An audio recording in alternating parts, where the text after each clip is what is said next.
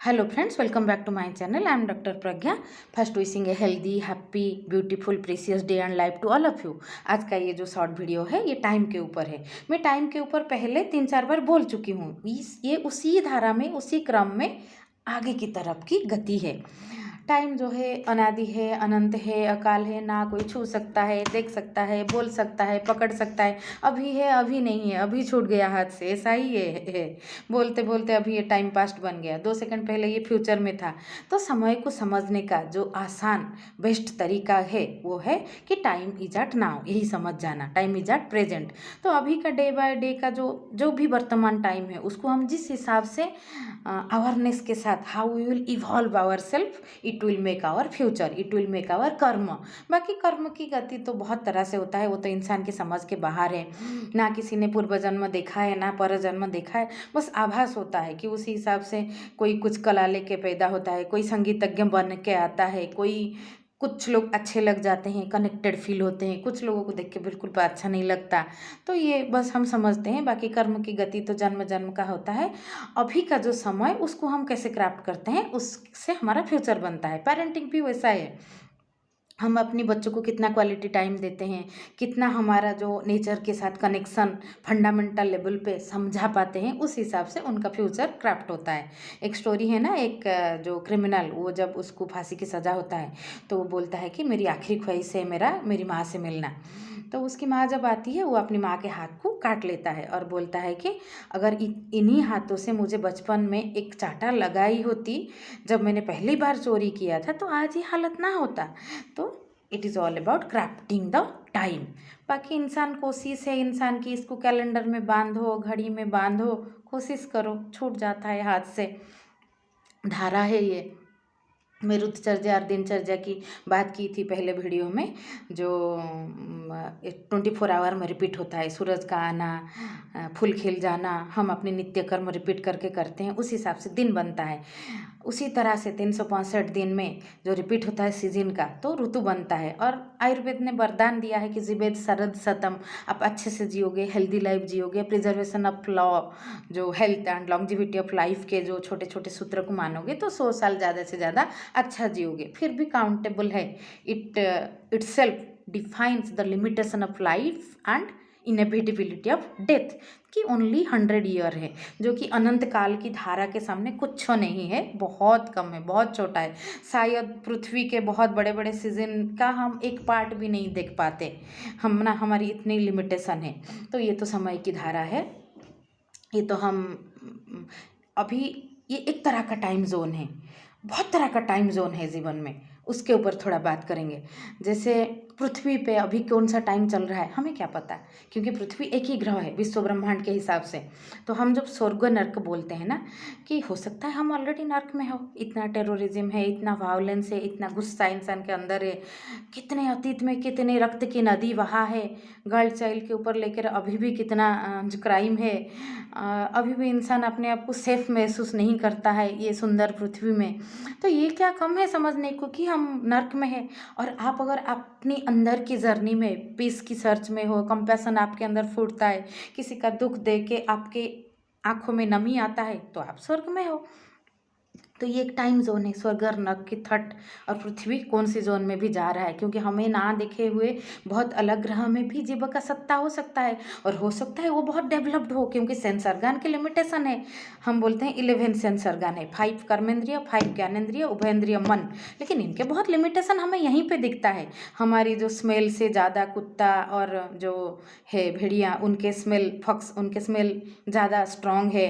बहुत सारे एनिमल्स जो नेचर का फोरकास्टिंग बहुत अच्छे से हमसे ज़्यादा कर लेते हैं। इंट्यूशन भी बहुत एनिमल में है, वो अपनी बर्थ प्लेस बिना देखे पहुंच जाते हैं, माइग्रेट करते हैं सेम जगह को सेम सीजन में हर साल। विदाउट कछुआ जो अंडा देता है वो बारिश आने पर प्रॉपर टाइम पे ही फूटता है।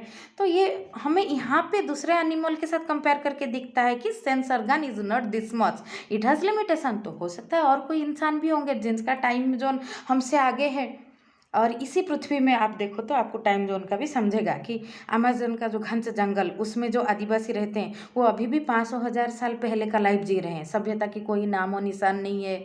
उनकी अपनी सुपरस्टिशन, अपनी कल्चर है, जो है हमारी जो एजुकेशन पढ़ाई वहाँ पे नहीं है। अमेरिका के में अलग लाइफ, जर्मन में अलग, भारत में अलग, भारत के हर जगह में भी ना, साउथ में थोड़ा अलग तरह के चलन संस्कार है, कल्चर है, नॉर्थ में अलग, और परिवार में भी अलग टाइम जोन दिखता है। कोई परिवार में एजुकेशन बहुत अच्छा ग्रो किया हुआ है और जो इंडिविजुअल फ्रीडम बहुत अच्छा है, हेल्थ कॉन्शसनेस बहुत अच्छा है। कोई परिवार में बहुत अनहाइजीनिक एटमॉस्फेयर है, बच्चों की फ्रीडम की चिंता नहीं करते, एजुकेशन ज़्यादा नहीं है। तो टाइम जोन का फ़र्क है। ये टाइम जोन का फ़र्क समझ जाओ ना, तो हमें अंदर कंपैशन बहुत अच्छा से आता है, इवोल्यूशन होता है, जो है हम समझदारी भी बहुत आता है कि ये टाइम जोन के फ़र्क की बात है। तो किसी के ऊपर अटैच ज़्यादा नहीं है होना है, और कोई हमारे हिसाब से समझ ना पाए चीज़ों को तो उसमें ज़्यादा नाराज़ नहीं होना है। टाइम जोन का फ़र्क है। मैं क्या बोल रही हूँ उसको सामने वाला अपनी टाइम, मैं सपोज इंट्यूशन लेवल पे कुछ बात को बोल रही हूँ और सामने वाला बहुत ज़्यादा प्रैक्टिकल लॉजिक पे आ रहा है या आ रही है, तो उसको सही नहीं समझेगा ना मैं क्या बोल रही हूँ। उसी तरह से और कोई कुछ अपर लेवल के बात बोल रहा है, मुझे नहीं समझ रहा है, तो इसका मतलब नहीं है कि ये एग्जिस्ट नहीं करता, मुझे नहीं समझ रहा है, तो ये सोच के मुझे क्विट कर लेना चाहिए और अपनी जो समझ, अपनी अंदर की जर्नी के ऊपर ध्यान देना चाहिए। और अपना टाइम जर्नी भी अलग अलग होता है। सपोज लास्ट 5 ईयर में मैंने अवेयरनेस लेवल पे जितना ग्रो किया है, उससे पहले का 5 ईयर में शायद उससे कम ग्रो किया होगा, तो वही सेम 5 ईयर वो टाइम जोन में कम रहेगा और ये 5 ईयर अवेयरनेस के टाइम जोन में ज़्यादा रहेगा। और बॉय हम बोलते हैं कि जो आयु है 60 साल का कोई है, वो उसका आयु 50 साल का कोई है उससे ज़्यादा है, लेकिन अवेयरनेस के हिसाब से हो सकता है ये छोटा हो। वो कोई कोई अवेयरनेस के साथ पैदा होते हैं, उनकी पहले से टाइम जोन आगे है, बुद्ध उसी फ्लो में पैदा हुए थे। और कोई कोई पूरा लास्ट तक समझ नहीं पाते, खाने पीने में ही जीवन बीत जाता है। दिवस गवाए खा के रात गवाए सोए, जो कबीर के है रात गवाए सोए के दिवस गवाए खाए, हीरा जन्म अमोल सा कोड़ी बदल जाए। तो ये टाइम जोन की बात है, ये हमें समझना चाहिए। तो हमें बातचीत अपनी जो अवेयरनेस के साथ टाइम जोन के हिसाब से ही करना चाहिए और समझना चाहिए। एक साधु थे, उनको गृहस्थ लोग आके उनके पैर पड़ते थे, उनको सम्मान देते थे, तो वो भी रिवर्स उनके पैर पड़ते थे।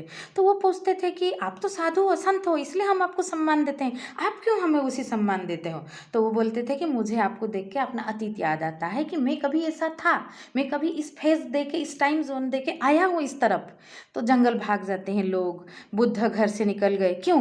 क्योंकि अपनी अंदर की जो टाइम जोन को बहुत आगे की तरफ टाइम ट्रैवल करना था। और टाइम ट्रैवल ये तो टाइम जोन जैसे हर चीज़ पेशेंस के ऊपर, जो समय आने पर फल पकता है, आप ज़बरदस्ती पकाओगे तो उसमें स्वाद भी नहीं आता। तो ये भी होता है, कबीर ने बोला है धीरे धीरे सब कुछ होए, धीरे धीरे रे मना, धीरे से धीरे सब कुछ होए, माली सींचे सो घड़ा, रुतवाए फल होए। माली चाहे 100 घड़ा पानी डाल दे, आप जितना भी इनपुट दो, अगर उसका समय नहीं हुआ है ना तो उसमें फल नहीं आएगा। तो समय का अपेक्षा करना चाहिए उसमें, टाइम जोन का। और कभी कभी हम टाइम ट्रैवल कर जाते हैं, जैसे आप सीढ़ी में चढ़ो तो टाइम लगता है, लिफ्ट में चढ़ जाओ तो बहुत जल्दी पहुंच जाओगे। तो ये गुरु कृपा से होता है सिर्फ, नेचर, और it is only possible through the blessings of existence.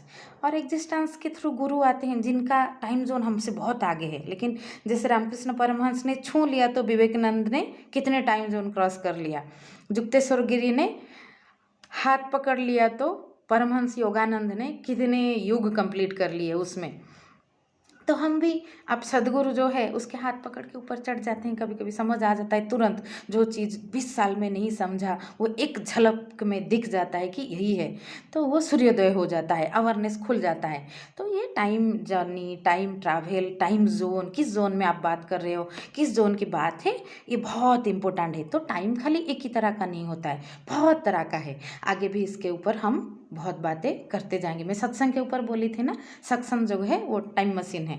सत्संग में बैठ के आप बहुत जल्दी जहाँ पे पहुँच जाओगे, अपनी जो चेष्टा से बहुत जुगो लग जाएगा वहीं पे पहुँचने के लिए। बिनु सत्संग विवेक ना होई, राम कृपा बिनु सुलभ ना कोई। तो ईश्वर की कृपा, एग्जिस्टेंस की ब्लेसिंग जो है, ये हमें हमारी जीवन का परत के परत खोलते जाता है। ओनियन की तरह है लाइफ, एक के ऊपर एक पंखुड़ी खोल के खिलता है फूल की तरह। आज के लिए इतना सा, थैंक यू।